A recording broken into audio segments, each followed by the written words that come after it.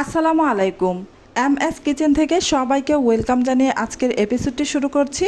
আমার আজকের এপিসোডে থাকছে রুই মাছ দিয়ে ফুলকপি আলু টমেটো রেসিপি। এখানে আমি 6 পিস রুই মাছ নিয়েছি। এই মাছগুলোকে আমি ধুয়ে পরিষ্কার করে নিয়েছি। এই মাছগুলোকে প্রথমেই বেজে নিতে হবে, সেই জন্য এখানে সামান্য লবণ, সামান্য হলুদের গুঁড়া, সামান্য মরিচের গুঁড়া দিয়ে দিলাম। এখন আমি খুব ভালোভাবে মাছগুলোকে মেখে নিব।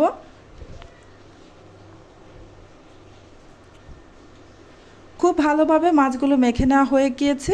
এখন এটাকে একটা সাইডে রেখে আরও একটা পাত্রে আমি বড় সাইজের 2টি আলু কেটে ধুয়ে পরিষ্কার করে নিয়েছি।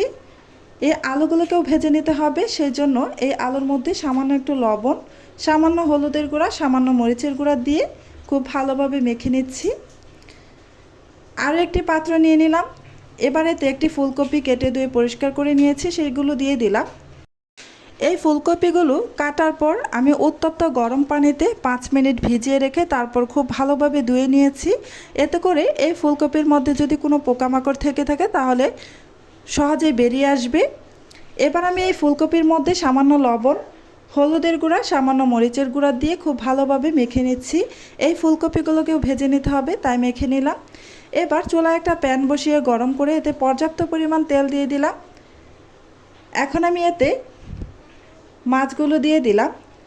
আগে থেকে যে মাছের মধ্যে মশলা মাখিয়ে রেখেছিলাম সেগুলো দিয়ে চুলার আঁচ মিডিয়ামে রেখে উল্টে পাল্টে মাছগুলোকে ভেজে নেব।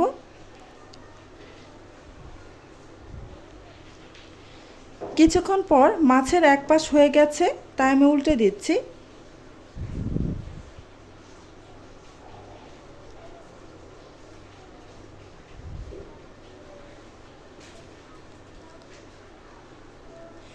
মাছগুলো খুব ভালোভাবে ভাজা হয়ে গেছে। এখন আমি এই মাছগুলোকে উঠিয়ে একটা সাইডে রেখে দিব, পরবর্তীতে রান্নায় ইউজ করব।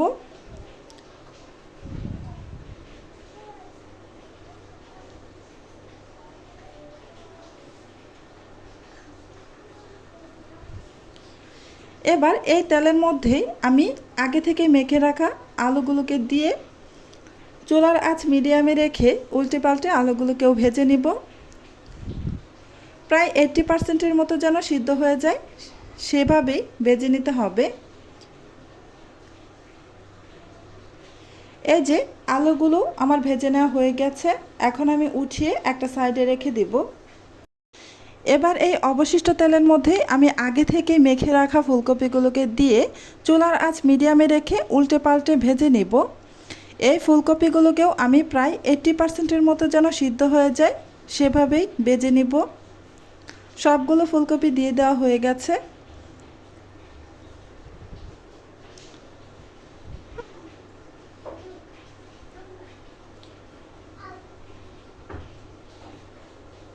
ফুলকপিগুলো ভাজা হয়ে গেছে।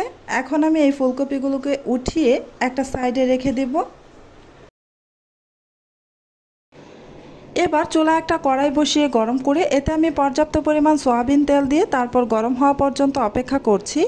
তেল গরম হয়ে গেছে, এখন আমি এতে 2টি তেজপাতা ও বড় সাইজের 2টি পেঁয়াজ কুচি করে দিয়ে দিলাম। পেঁয়াজটাকে নেড়ে চেড়ে হালকা ব্রাউন কালার করে ভেজে নেব।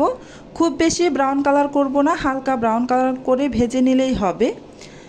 এই তো কিছুক্ষণ নেড়ে চেড়ে নেওয়ার পর পেঁয়াজ হালকা ব্রাউন কালার হয়ে গেছে। এখন আমি এতে সামান্য একটু পানি দিয়ে দিলাম গুঁড়া মশলাগুলো অ্যাড করার জন্য। এখন এতে 1 চা চামচ উঁচু করে মরিচের গুঁড়া, 1 চা চামচ হলুদের গুঁড়া, 1/2 চা চামচ ধনিয়ার গুঁড়া, 1 চামচের 3/1 ভাগ জিরা পেস্ট আর স্বাদ মতো লবণ দিয়ে নেড়ে চেড়ে মশলাটাকে খুব ভালোভাবে কষিয়ে নেব। মশলাটাকে এমনভাবে কষাতে হবে যেন মশলার গা থেকে তেলটা ছেড়ে দেয়। দেখতে পাচ্ছেন আমার মশলাটা খুব ভালোভাবে কষিয়ে নেওয়া হয়ে গেছে। এখন আমি এতে আগে থেকেই ভেজে রাখা আলু ও ফুলকপিগুলো দিয়ে নেড়ে চেড়ে খুব ভালোভাবে মিশিয়ে নিব। সামান্য একটু পানি দিয়ে দিলাম যেন পুড়ে না যায়, খুব ভালোভাবে কষানো হয়। খুব ভালোভাবে নেড়ে চেড়ে মিশিয়ে নিচ্ছি। ভালোভাবে নেড়ে চেড়ে মিশিয়ে নেওয়া হয়ে গেছে। এখন আমি ঢাকনা দিয়ে ঢেকে কিছুক্ষণ কষিয়ে নিব। কিছুক্ষণ পর পর ঢাকনাটা খুলে নেড়ে চেড়ে দিতে হবে, এতে করে কড়াইয়ের গায়ে লেগে যাবে না। খুব ভালোভাবে কষানো হবে। এই তো কিছুক্ষণ পর পর আমি নেড়ে চেড়ে খুব ভালোভাবে ফুলকপি আলু কষিয়ে নিয়েছি। এখন আমি এতে ঝোলের জন্য কিছু পানি দিয়ে দিব। আমি আমার পরিমাণ মতো দিয়ে দিচ্ছি। আপনারা যে যেমন ঝোল রাখতে পছন্দ করেন তেমনটাই পানি দিয়ে দিবেন। এ পর্যায়ে খুব বেশি ঝোলের জন্য পানি দেওয়ার প্রয়োজন নেই, কেননা ফুলকপি আলু আগে থেকেই বেজে রাখা, 80% মতো সিদ্ধ করে নেওয়া, তাই খুব বেশি ঝোলের জন্য পানি দেওয়ার প্রয়োজন নেই। এবার আমি এতে 2টি বড় সাইজের পাকা টমেটো আর আগে থেকে বেজে তুলে রাখা মাছগুলোকে দিয়ে দিলাম। দিয়ে একটু নেড়ে মিশিয়ে নিচ্ছি হালকা হাতে।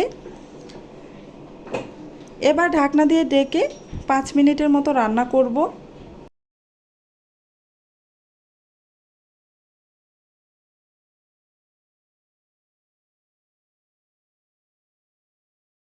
5 মিনিট পর ঢাকনাটা খুলে নিয়েছি।